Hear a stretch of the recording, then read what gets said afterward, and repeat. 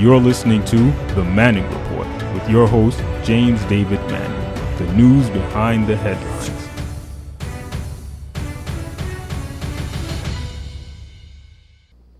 That I watched it yesterday, I'm sure as many of you did.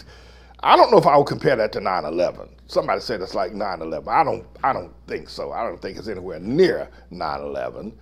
But that is a historic cathedral. Notre Dame is. It's to see it burning is almost unimaginable. If you've ever been there and been up close to the institution, you would think that, this is just almost unbelievable, but it did burn yesterday. And the spire fell. I understood that the whole process was made out of wood. The spire was not. We know that the nave and the building itself is made of ancient concrete. I'm not sure what quarry they got those stones out of, but a large segment of that cathedral is wood. I've been in it on several occasions.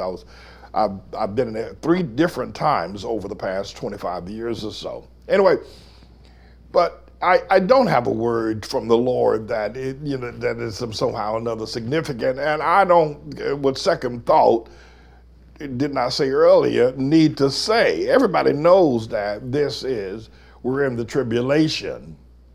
Those who are paying attention to the presence of God in humanity. And so it is just simply, I would think, without trying to toot my own horn, that I have been saying that God does not have use for these buildings, these churches anymore.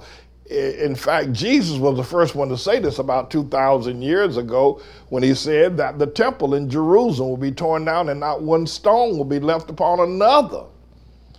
And we have been teaching that we're at the end of the church age at Lakewood Church, the Brooklyn Tabernacle, Times Square, Temple Emmanuel, the St. Patrick's Cathedral. No point in going in those places because Jesus doesn't go there. The church age is closed. So I would say that this certainly does coincide and complement, if not confirm, what we're saying regarding the church age. But I don't have a special word where the Lord came to me in the prayer meeting and told me he was going to burn down Notre Dame. He never told me that. I don't have that as a word. And the other thing is that this is minor in the whole scheme of things with respect to those things that are tribulation related. It is a minor event.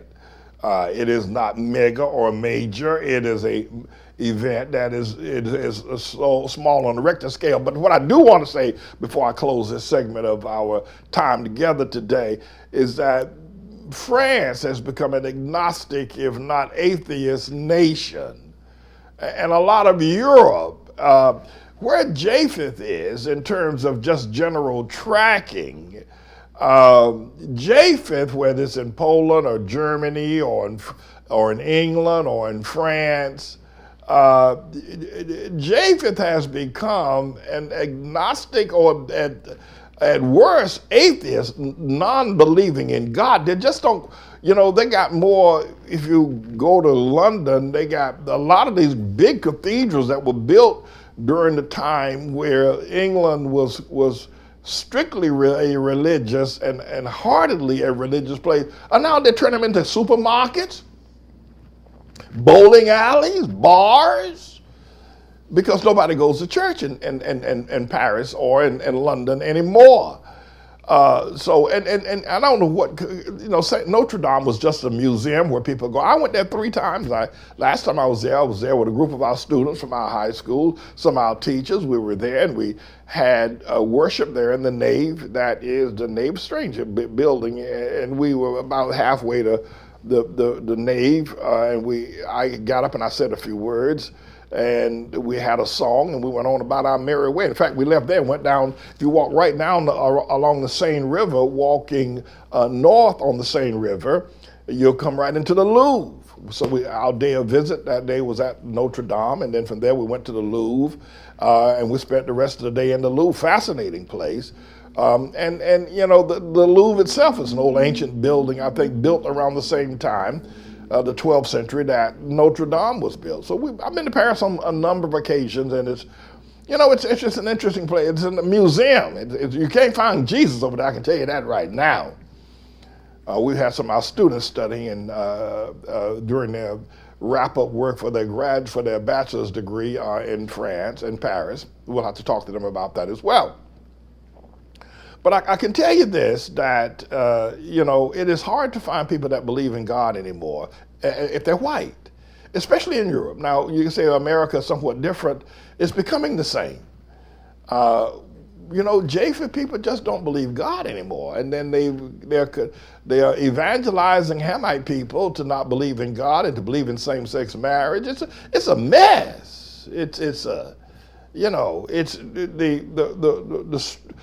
agnostic atheist ideals that Japheth people are promoting.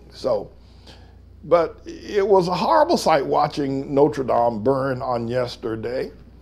And as I said earlier, I'm amused at the idea that I would never have thought that my life would be of such that I would lead tours to Notre Dame. I mean, it wasn't in the cards of my growing up in rural North Carolina that I would lead tours all over the world. I mean, to most of the historic sites, everything from the Forbidden City to the Great Wall of China to the Nile River. And now we're on our way to the pyramids. I just never saw that. I guess I would never have thought about myself in that regard.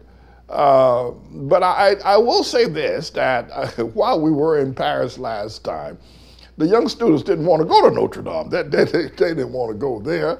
The Eiffel Tower, they was a little bit excited about that, but no, they didn't want to go to Notre Dame. But I made them go anyway. So we'll see what the Catholics are going to do, how they're going to reorganize themselves, what they're going to do. You probably use this to raise a whole lot of money.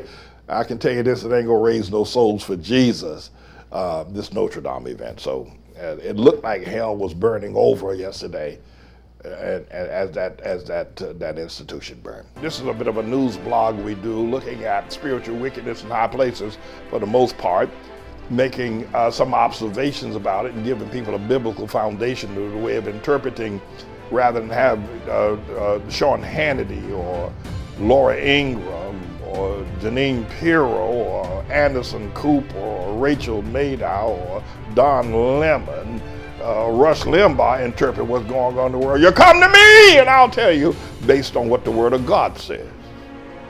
They'll just give you their worldly, sinful view. But the Manning Report will tell you what God has said, whether to say yea or nay, whether to go or to stay.